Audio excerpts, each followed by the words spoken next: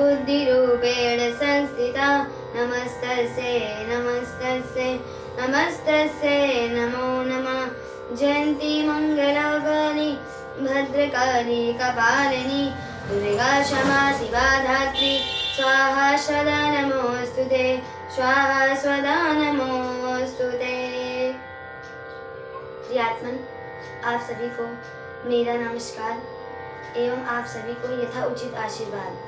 प्रियात्मन, जैसा कि आज ही हम सभी श्रीमद् देवी भागवत के महात्म्य को श्रवण कर रहे हैं, इससे पहले जब हमने श्रीमद् देवी भागवत महात्म्य श्रवण किया था तो उसमें हमने जाना था कि भुवनेश्वरी का अर्थ क्या है।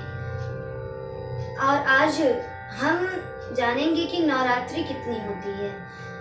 वैसे तो सभी को पता है नवरात्रि 2 होती है, परंतु श्रीमद् देवी भागवत के कथन अनुसार नवरात्रि 5 प्रकार की होती हैं, जिसमें से हम केवल 2 नवरात्रियों के ही बारे में जानते हैं, बाकी 3 नवरात्रियां गुप्त हैं। और जैसे शारदीय नवरात्रि तो जानते ही हैं, पर आषाढ़ की भी नवरात्रि होती है, माघ की नवरात्रि होती है, अश्विन की नवरात्रि होती है, चैत्र की नवरात्रि तो सभी जानते हैं।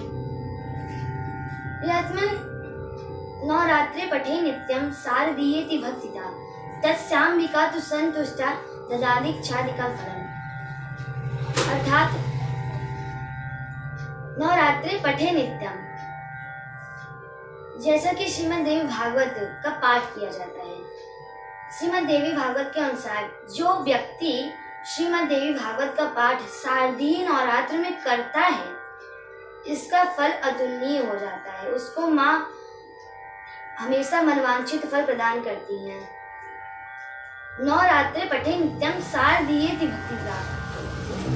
शारदीय नवरात्र में श्रीमद् देवी भागवत का जो पाठ करता है, उसकी इच्छा से भी अधिक माता उसको फल प्रदान करती है। जितना वह सोच नहीं सकता, उससे भी अधिक उसको फल प्रदान किया जाता है यदि श्रीमद् देवी भागवत का पाठ किया जाए तो। प्रियात्मन, यही नहीं बल्कि चैत्र, अश्विन, माघ, इन सब की नवरात्रियां जो पड़ती हैं, नवरात्रि 9 दिन की, इनमें जो भी व्यक्ति इसका पाठ करता है, उससे वो चाहे वैष्णव हो, चाहे शैव हो इत्यादि किसी की भी पूजा करता हो, उसके इष्ट की शक्ति प्रबल होती है। क्योंकि हम सभी जानते हैं भगवान भी वर किस प्रकार दे सकते हैं, वर किस प्रकार देते हैं, उनके अंदर भी शक्ति होती है। तो शक्ति अनुसार भगवान भी वर प्रदान कर देते हैं, तब भगवान भी वर देते हैं। तो जो व्यक्ति अपनी इष्ट की शक्ति चाहता है कि प्रबल हो जाए, उसके देवता की शक्ति और प्रबल हो जाए, उसको चैत्र, अश्विन, माघ की नवरात्रियों में माता का पाठ करना चाहिए, जिससे उसके इष्ट की शक्ति और प्रबल होती है, जिससे उसके इष्ट और वर प्रदान कर सकते हैं। जैसा हम सभी जानते हैं, सभी देवी देवता जो होते हैं सब वर प्रदान करते हैं, परंतु माता क्या करती है? माता जो व्यक्ति उनका पाठ कर रहा है उसको तो फल प्रदान करती ही है, परंतु उस व्यक्ति का जो इष्ट है उसे भी वर और प्रदान कर देती है, उसकी भी शक्ति को प्रबल बना देती है।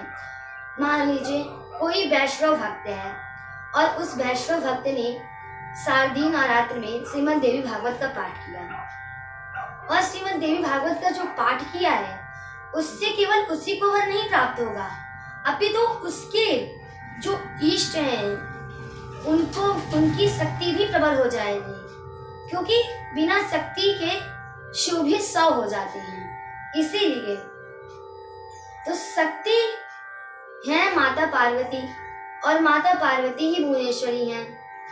जैसे हम सभी जानते हैं, जब हम महाविद्याओं के बारे में पढ़ते हैं तो उसमें जो चौथी महाविद्या है वही भुवनेश्वरी है। हीर मंत्र जो है वो बीज मंत्र है माता का, तो जो महाविद्या है वही भुवनेश्वरी है, उसमें जो चौथी महाविद्या है वही भुवनेश्वरी है।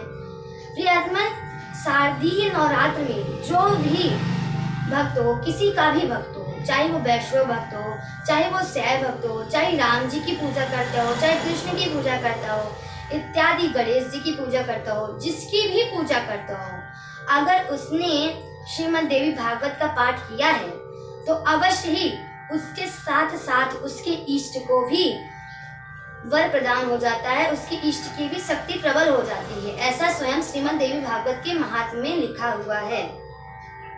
यही नहीं बल्कि जो व्यक्ति श्रीमद् देवी भागवत, अगर किसी को ज्वर हुआ है और किसी प्रकार का भी ज्वर है, अगर उसको स्पर्श करके इस श्रीमद् देवी भागवत का एक अध्याय भी पाठन किया जाए, एक अध्याय भी पाठ किया जाए या इसका ही पाठ किया जाए श्रीमद् देवी भागवत का, तो उसका ज्वर भी भाग सकता है, वह ज्वर भी उस देव को छोड़ सकता है। प्रियात्मन, अब बात आती है गायत्री पे।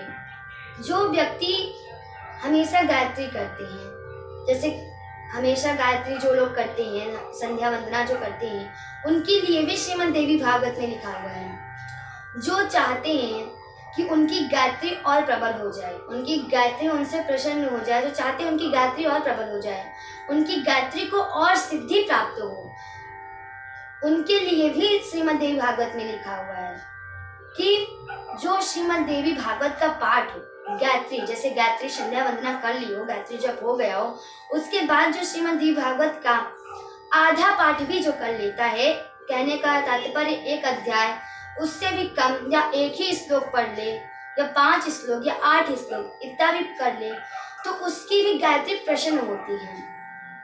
तो जो चाहता हो कि उसकी गायत्री प्रबल हो जाए या गायत्री और सिद्धि वर्धन हो जाए और सिद्धि प्रदान करने वाली हो जाए, उसके लिए भी है कि वह भी श्रीमद् देवी भागवत का पाठ करता है तो उसकी गायत्री और प्रबल हो जाती हैं।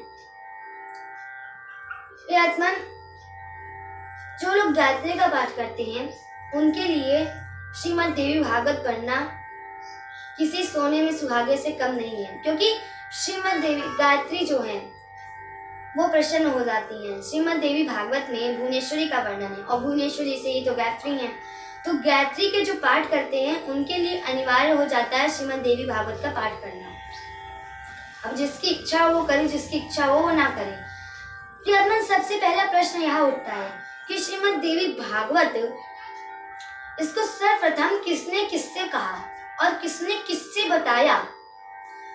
तो इसको सर्वप्रथम न तो व्यास जी ने सुखदेव मुनि से कहा है और न ही सूत जी ने सौनक मुनियों से कहा है। इसको सर्वप्रथम माता भगवती ने स्वयं भगवान बाल मुकुंद को सुनाया था। और कब सुनाया था? जब पूरी पृथ्वी प्रलय में विलीन हो गई थी, जब पूरी पृथ्वी एकदम प्रलय में आ गई थी। केवल पृथ्वी ही नहीं, अभी तो पूरा ब्रह्मांड प्रलय काल में घुस गया था और अगल बगल कुछ भी नहीं था सिवाय अंधेरे के। उस समय भगवान बाल मुकुंद, कहने का तात्पर्य भगवान विष्णु स्वयं बालक रूप में, बाल मुकुंद के रूप में अपने दाएं पैर के अंगूठी को चूस रहे थे। उस समय वे वट वृक्ष के नीचे विराजमान थे और एक पीपल के पत्ते पर बालक रूप में अपने अंगूठे को चूस रहे थे। परंतु भगवान विष्णु ये सोच रहे थे कि ऐसी कौन सी शक्ति है जो मुझे अभी भी शक्ति प्रदान कर रही है, अभी भी मुझे बाल मुकुंद के रूप में रखी हुई है। यह सब विचार भगवान विष्णु के मन में चल रहा था। तब भगवान विष्णु ने देखा कि एक आकाशवाणी हुई और उस आकाशवाणी में स्वयं श्री देवी विराजमान थी। जब वे आई तो उनके शंख चक्र गदा पद्म साथ ली हुई थी और उनके साथ वे अकेली नहीं आई थी, अभी तो उनके साथ पूरी सखी सम्मेलन था, पूरी सखियां थी। और आई मां और उन्होंने कहा कि सर्व खल्व दया हम